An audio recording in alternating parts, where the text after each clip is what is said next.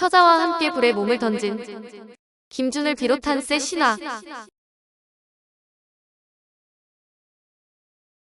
김준은 고려의 명장 김취려의 14대손으로 처음에는 학문의 뜻을 두었으나 뒤에 무예를 더욱 연마해 선조 38년인 1605년 묵과의 급제, 부장을 거쳐 선정관이 되고 이어 강화도의 교동 현감을 지냈습니다.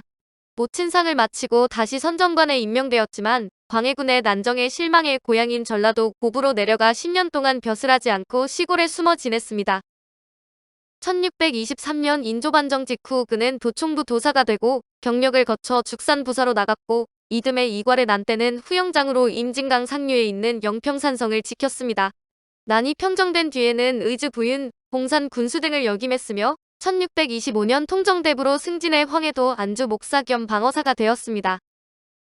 평안남도 안주군 안주읍에 있는 안주성은 서쪽으로 가는 길목에 있는 요충지였는데 그 후 3년이 지난 1627년 인조 5년 정월에 훗날 청나라가 되는 후금이 쳐들어온 정묘호란이 벌어집니다. 청천강 이북 조선 진영이 함락되자 절제사였던 남이흥이 수백 명 병력을 이끌고 안주성으로 달려왔습니다. 1627년 1월 20일 후금 병력은 안주성 문턱까지 밀고 와 사면에서 몇 겹으로 성을 에워싸서 포위했고 두 차례 항복을 권유했지만 안주목사 김준 장군은 응하지 않았습니다. 후금은 안주성을 함락시키기 위해 병력을 몰아쳤는데 안주성 기둥에 기대 화살로 적을 쏘던 김준 장군은 화살이 떨어지자 밑에 깔아둔 화약고에 불을 붙여 달려드는 적병 수백 명과 함께 자폭을 했습니다. 이날이 1월 21일로 3일간 크고 작은 격전이 끝나고 안주성은 함락됐는데 당시 안주성에는 김준 장군과 일직명을 달리한 정실 부인의 둘째, 넷째 아들, 둘째 딸, 첩과 어린 딸이 함께 있었습니다. 시집간 둘째 딸의 시아버지가 김준 장군에게 요청하기를 나의 며느리는 마땅히 우리 집으로 와야 하니 보내주었으면 한다고 했지만 김준 장군은 허락하지 않았습니다. 안주성에 함께 있던 안주병사 남이흥은 성이 함락될 위기에 처하자 임금에게 장계를 보내자면서 김준 장군의 둘째 아들을 추천했습니다. 그러나 김준 장군은 성이 함락될 수 있는데 내 가족을 살리기 위해 성 밖으로 보낼 수 없다면서 완강히 거부했고 남이흥은 자신의 아들을 대신 보냈습니다. 이어 남이흥은 후금의 안주성이 포위됐으니 성 밖으로 나가서 싸울 것을 김준 장군에게 제안했습니다. 그러나 김준 장군은 성을 버리고 밖에서 싸우자는 말은 싸우다가 도망치자는 얘기 아니요? 내 허리에 칼 한자루 차고 있으니 당신 마음대로 하시오. 도망가면 내가 죽일 것이오라고 엄포했습니다. 김준 장군이 전사하고 남은 첩 김씨는 어린 딸과 친정에 와 있던 정실 부인의 둘째 딸과 함께 성안 마을에 몸을 깊이 숨겼다고 합니다. 후금군이 마을을 샅샅이 뒤져 안주목사 김준 장군 첩과 두 딸의 은신처를 찾자 함께 있던 노복 헌충이 그 앞을 가로막으며 끝까지 주인의 딸들을 지켰지만 죽임을 당하고 말았습니다. 또 김씨는 주군이 이미 나를 위해 죽었는데 첩이 어찌 주군을 위해 죽지 않겠는가라며 그 뜻을 굽히지 않자 후금군은 김씨와 어린 딸, 노복 헌충을 모두 죽였습니다. 둘째 딸은 칼을 뽑아 자결했지만 목숨이 끊어지지 않았는데 후금군은 김준 장군의 딸인 것을 알고 의원을 시켜 살리려고 했지만 도중에 죽었습니다. 후금군은 김준 장군의 딸을 의롭게 여겨 조선 여자는 음란한 중국 여자와 비교가 안 된다고 했고 어린 넷째 아들은 백성들이 숨겨져 목숨만은 살릴 수 있었다고 합니다. 인조는 충신, 효자, 연려, 의복이 당대에 고루 갖추어진 집안이라며 충절의 혼을 위로했는데 좌찬성에 추증되었으며 고부의 정충사, 안주의 충민사에 제향되었습니다. 부사충 자사어효 찹사어열 일가진의 삼강비의 만고강상 뇌이부자 아비는 주거 충신이고 아들은 주거 효자이며 첩은 주거 연려이다. 한 집안에서 삼강을 갖추었으니 만고의 삼강올인을 갖춘 집안은 너의 부자뿐이다. 인조조 장무공 정묘호란 휘훌록 중 발췌문구. 그가 자결한 뒤 효종 8년인 1657년에 고부의 선비 김양기 등은 그 고장 출신 충신인 김준, 송상현, 신호를 제항하는 사당을 짓고 상소를 올려 다음과 같이 사액을 요청했습니다.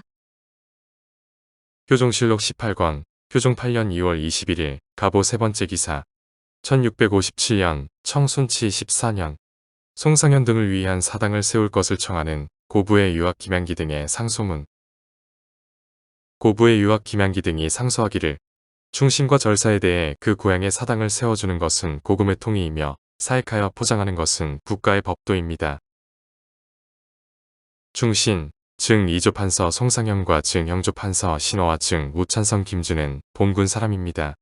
이 세 신하는 행적이 없어지지 않았고 국가에 좋은 사책이 있어서 사람들이 누구나 보고 듣는 바이니 실로 신들이 의논할 바가 아닙니다. 다만 송상현은 대간과 시정 출신으로 동네를 맡아 다스리고 있다가 임진년 난리에 가장 먼저 외적의 공격을 받았는데 조복을 입고 걸상에 앉아 몸소적을 쏘면서 임금과 신하 사이에 의리는 무겁고 아버지와 아들 사이에 은혜는 가볍다 하여 북쪽을 향하여 2번 절하고 죽을 때까지 발길을 돌리지 않았습니다.